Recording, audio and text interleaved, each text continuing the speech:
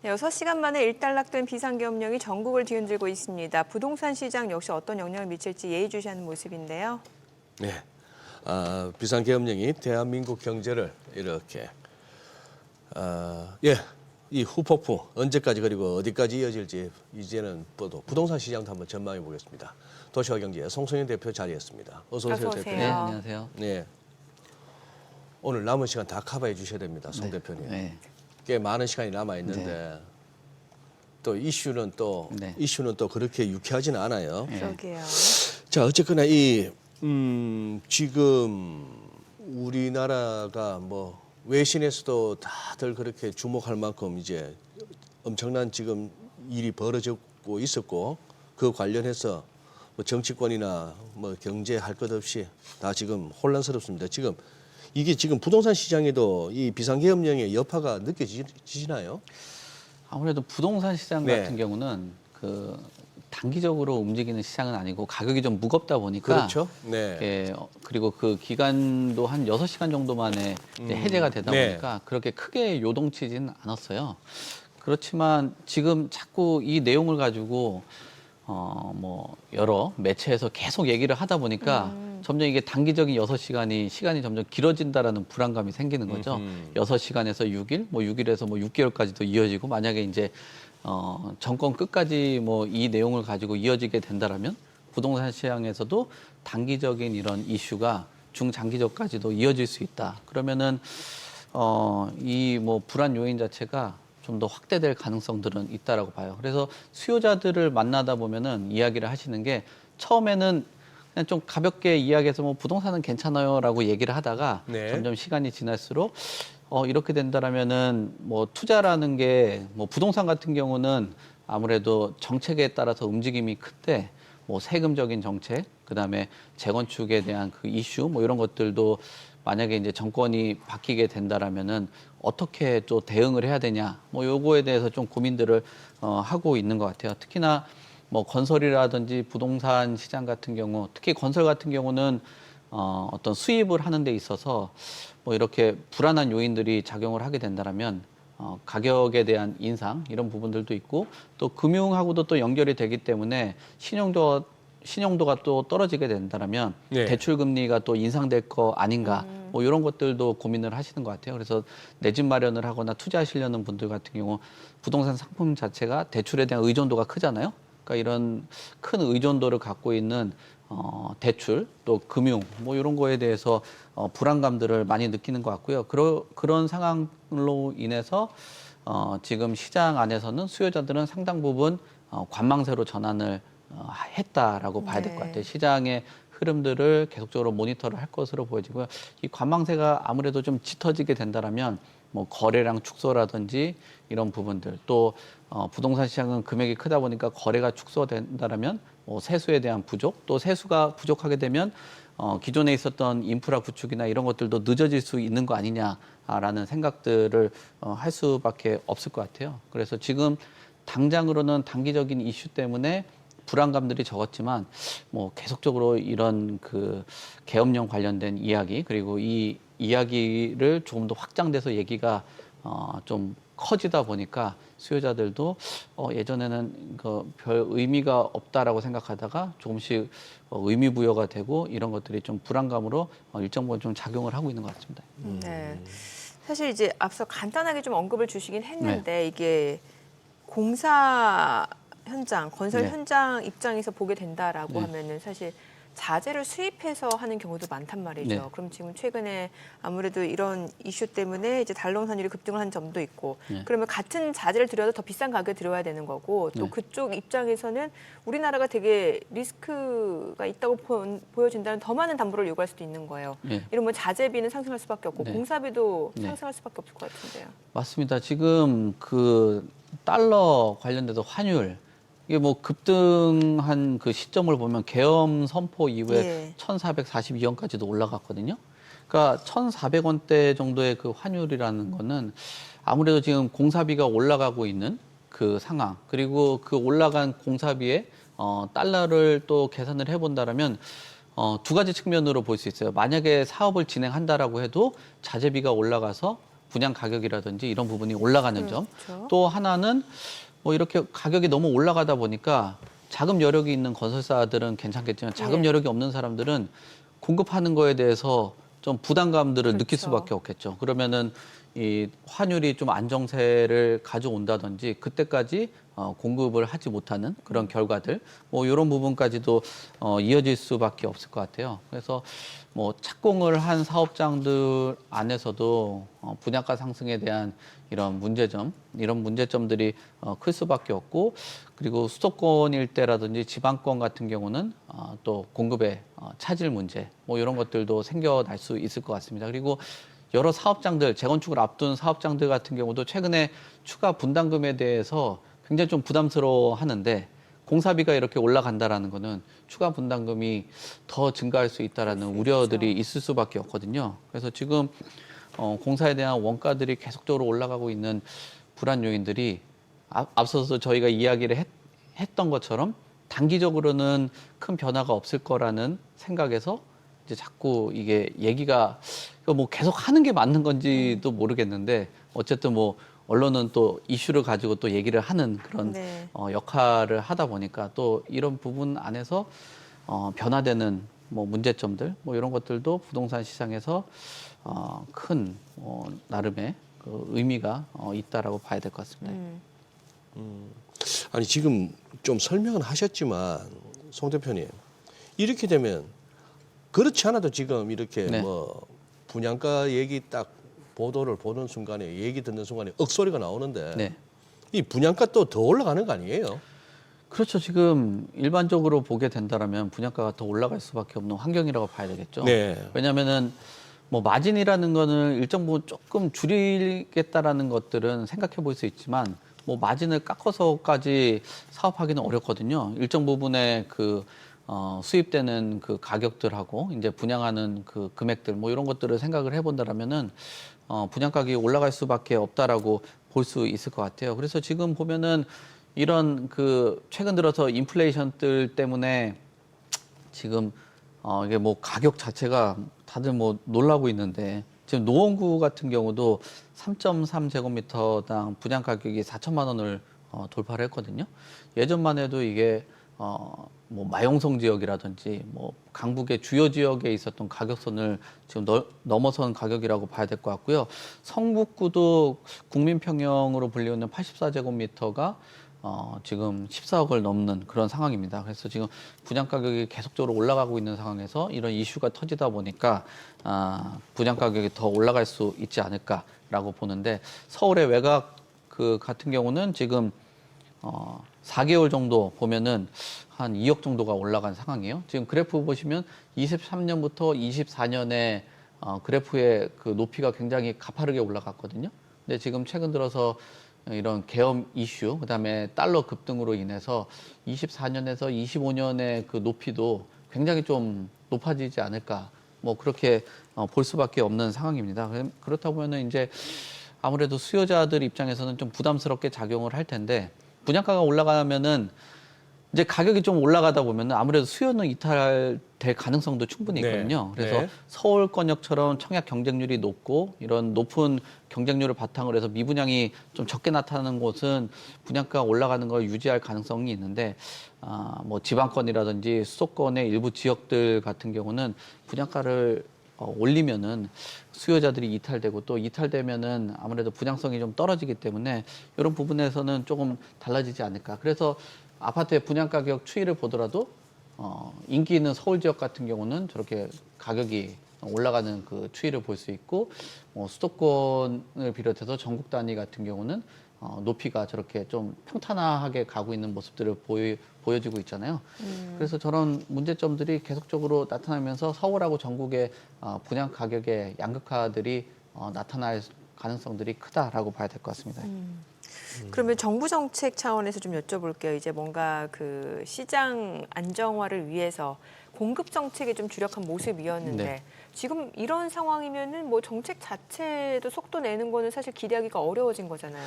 그렇죠. 지금 정부 정책에 대해서 이런 상황이라면은 정책의 그 동력들 발휘하기가 어렵거든요. 왜냐하면은 어떤 그 정책이라는 거는 그 어떤 인기도 좀 정권에 대한 인기도 좀 일어나야 되고 그리고 주변의 그 환경이라든지 부동산 시장 환경들이 또 받쳐줘야지 주택 공급이 활발하게 일어날 텐데 지금 부동산 시장이 최근 들어서 좀 침체 국면에 들어서고 있어요. 그리고 거기에다가 거래량들도 상당 부분 좀 축소가 되고 있는 그런 상황이고요. 그 상황에서 환율은 올라가고 있죠. 그다음에 지금 비상계엄 이후로 이런 정책에 대한 동력들도 떨어지고 있죠. 그리고 국무위원들 뭐 대부분은 또 사퇴를 하고 있고 뭐 이런 상황이란 말이에요. 그러면은 정책에 있는 그 동력 추진은 굉장히 좀 어려움을 겪을 수밖에 없다. 그렇기 때문에 불확실성들이 높아질 수밖에 없다라고 보여지고요. 그렇기 때문에 국토부에서도 비상계엄 여파로 있어 그 여파 때문에 4일에 예정됐던 뭐 여러 가지 일정들도 취소를 한 상황이에요. 그 네. 일정 취소라는 거는 앞으로 연기될 가능성들이 충분히 크단 말이에요. 거기에다가 여소야대 국면들이 큰데 뭐 이게 단순히 그 계엄뿐만 아니라 지금 시장에서 우려를 하고 있는 거는 뭐 이거 정치적인 뭐 언급까지 뭐 하게 되는데 지금 뭐 탄핵이라는 얘기까지도 뭐 막 거론이 되고 있단 말이에요. 그렇게 된다라면 그 짧은 기간 안에 선거를 하고 그 짧은 기간 안에 정책에 또 변화가 있단 말이에요. 세금적인 부분들 그리고 어떤 그 재건축에 대한 뭐 초과 이익에 대한 논의들 뭐 이런 것들이 아직도 많이 남아 있는 상황이기 때문에 정말 어려운 환경이라고 봐야 될 것 같죠. 거기에다가 우리나라뿐만 아니라 지금 미국에서도 대통령이 또 바뀌잖아요. 그거에 대해서 대응하는 것도 좀 어려워진 거죠. 최근에 뭐 여러 금융권 보고서 보더라도 트럼프 정부의 어떤 변수 뭐 이런 것들을 고려하지 않은 뭐 그런 것들 때문에 지금 후다닥 또 수정들 막 하고 있는 뭐 그런 부분들이 있는데 국내뿐만 아니라 국외 뭐 여러 가지 경제 변수 이런 것까지도 같이 고려를 해본다라면은 정말 어려움들을 겪을 수밖에 없습니다. 거기에 특히나 지금 국내 시장에서 국내 부동산 시장에서 가장 우려를 하고 있는 곳들이 뭐 전세 얘기도 아니고 뭐 전세 사기 이슈도 아니고 대출 이슈도 지금은 좀 적거든요. 가장 핵심인 그 정책이 부동산 공급인데 네. 이 핵심 공급이라는 게 여러 여건상 지금 쉽지 않은 상황이기 때문에 추진해온 그 공급에 대한 관련된 정책들의 속도 이런 것들이 우려될 수밖에 없다라고 봐야 될 것 같습니다. 지금 여기 공공분양 네. 사전 청약 네.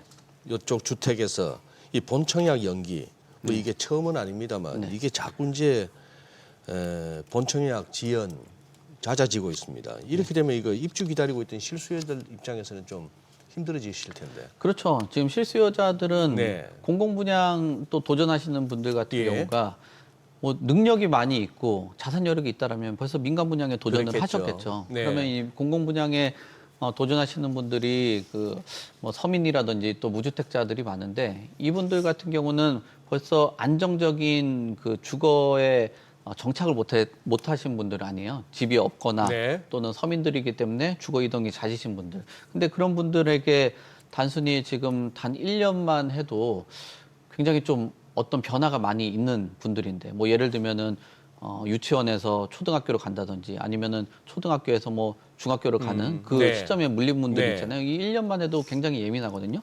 근데 지금 안산 그 장산 같은 경우가 지금 연기 통지를 했는데 이게 내년 5월에 원래 본청약을 하기로 했단 말이에요. 근데 이게 2027년 10월로 연기가 됐어요. 그러니까 예상보다도 2년 5개월인데 이게 단순히 본청약뿐만 아니라 이게 본청약이 늦어진다라는 거는 결국은 입주 시점이 더 늦어질 수도 있다라는 거예요. 뭐 예를 들면은 중학교 3학년인 친구가 공부하려고 뭐 했다라면 이제 뭐 입주하고 뭐 하고 하면은 이게 뭐 대학 준비는 아니고 뭐 군대 가야 되는 그런 상황이 돼버리는 거죠. 그러니까 뭐 당첨자들이나 지원되시는 분들 또 거기 3기 신도시만 바라보고 민간 청약에 도전 안 하셨던 분들 이런 분들은 낙심이 큰 거죠. 그리고 이 3기 신도시의 문제뿐만 아니라 3기 신도시가 여러 그 뭐 어떤 보상에 대한 지원들 뭐 이런 것들이 늦어지고 그런 거에 대한 그 흐름을 보여준다라는 거는 신호로 작용할 수 있거든요. 이런 신호가 지금 1기 신도시 특별법 얘기하고 있잖아요. 1기 신도시 특별법에서도 이주 대책이 안 나와서 이거 2027년에 착공한다라는 것들 뭐 다 무리가 있다라고 판단을 하고 있는 그런 시점 안에서 1기 신도시에 대한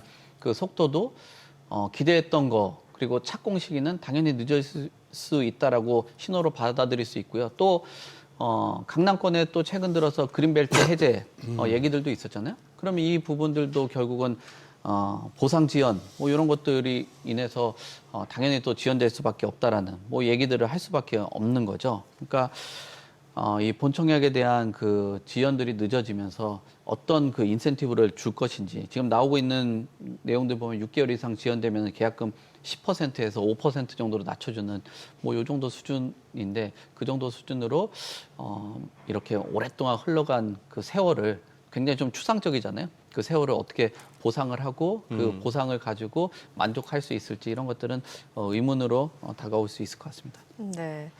지금 88 부동산 대책에서 이제 얘기했던 게 이제 서울을 비롯한 수도권 정비 사업에 대한 조기 착공 이게 아무래도 차질이 생길 수밖에 없을 것 같고 또 공사비, 재건축 초과이익 환수제 등으로 이제 갈등이 높아지고 있는데 뭐 지금 상황이 이렇다 보니까 정부가 어떻게 손을 쓸 수 있는 상황은 아닌 것 같네요. 그렇죠. 지금 상황에 뭐 손이 예. 지금 손 놓고 있다라는 비판도 정말 크고요. 만약에 어떤 정책을 추진을 한다라고 해도 말씀하신 것처럼 정책의 그 동력을 잃은 그런 상황이기 때문에 정말 어려움을 겪을 수밖에 없죠. 지금 정비 사업의 최대 걸림돌이라고 불리고 있는 것이 공사비인데 이 공사비가 상당히 많이 올라갔어요. 그리고 이 공사비가 올라가고 있는 상황에서 뭐 공사비를 검증하고 있는 단지도 뭐 그렇게 늘어나지 않고 있는 상황이거든요. 그러면 결국은 조기 착공한다라는 거, 뭐 이런 것들은 서울과 수도권은 굉장히 좀 어려움을 겪을 수밖에 없다라고 보여지고요. 앞서도 말씀드렸던 일기 신도시 선도지구 한 3만 6천 가구, 뭐 이런 것들도